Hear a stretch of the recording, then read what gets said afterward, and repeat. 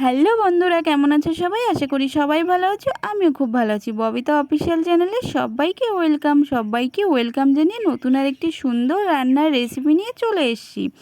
আজকে তোমাদের করে দেখাবো মোচা চিংড়ি। চলো আর বেশি কথা না বলে রেসিপিটা শুরু করা যাক। প্রথমেই দেখো বন্ধুরা, এখানে বড় বড় সাইজের দুটো কলার মোচা নিয়ে নিয়েছি। এই কলার মোচা দুটো এখন আমি বেছে নেব। দেখো বন্ধুরা, মোচা দুটো আমার বাছা কমপ্লিট। এখন হালকা একটু সিদ্ধ বসিয়ে দেব।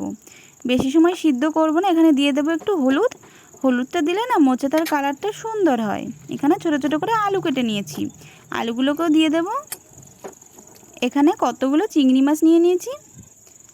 আর এদিকে দেখো মশলাটা আমি পেস্ট করে নেব। আদা, জিরে, পেঁয়াজ, রসুন সমস্ত কিছু আমি পেস্ট করে নেব। মশলাটা আমার পেস্ট হয়ে গেছে। আর এদিকে দেখো বন্ধুরা, মোচাটা আমার সিদ্ধ হয়ে গেছে। জল ঝরাতে দিয়ে দিয়েছি। কড়াই বসিয়ে দিয়ে কড়াইটা গরম করে কিছুটা পরিমাণ তেল দিয়ে দেবো। এদিকে চিংড়ি মাছে লবণ হলুদ মাখিয়ে চিংড়ি মাছটাকে ভেজে নেব।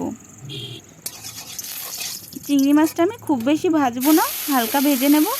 খুব বেশি ভাজলে না চিংড়ি মাছ শক্ত হয়ে যাবে। চিংড়ি মাছ ভাজা হয়ে গেছে, নামিয়ে নিয়েছি। আরও কিছুটা তেল দিয়ে ওর ভিতর তেজপাতা, কিছুটা গোটা জিরে দিয়ে দেবো। পেস্ট করা মশলাটাকে দিয়ে দেবো। একটু নেড়ে চেড়ে নিয়ে একটু লবণ হলুদ দিয়ে দেবো। আবারও একটু নেড়ে চেড়ে নেব। মশলাটা আমার কষানো হয়ে গেছে। এখন কলার মোচাটাকে দিয়ে দেব। আবারও একটু নেড়ে চেড়ে নেব। পরিমাণ মতো লবণ দিয়ে দেব। এরপর দিয়ে দেব ভেজে রাখা চিংড়ি মাছগুলো। আবারও ভালো করে একটু নেড়ে চেড়ে নেব। মোচাটা আমার প্রায় রেডি হয়ে গেছে। দেখো বন্ধুরা, এখন হালকা একটু গরম মশলার গুঁড়ি দিয়ে মোচাটাকে নামিয়ে নেব। দেখো বন্ধুরা, মোচা চিংড়ি আমার একদম রেডি হয়ে গেছে, নামিয়ে নিয়েছি।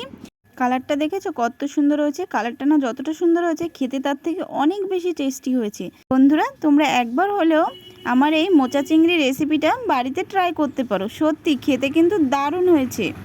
আর আমার ভিডিওটা ভালো লেগে থাকলে like, comment, share and subscribe করে দিও। দেখা হচ্ছে অন্য কোনো সুন্দর একটি রেসিপি নিয়ে। বাই।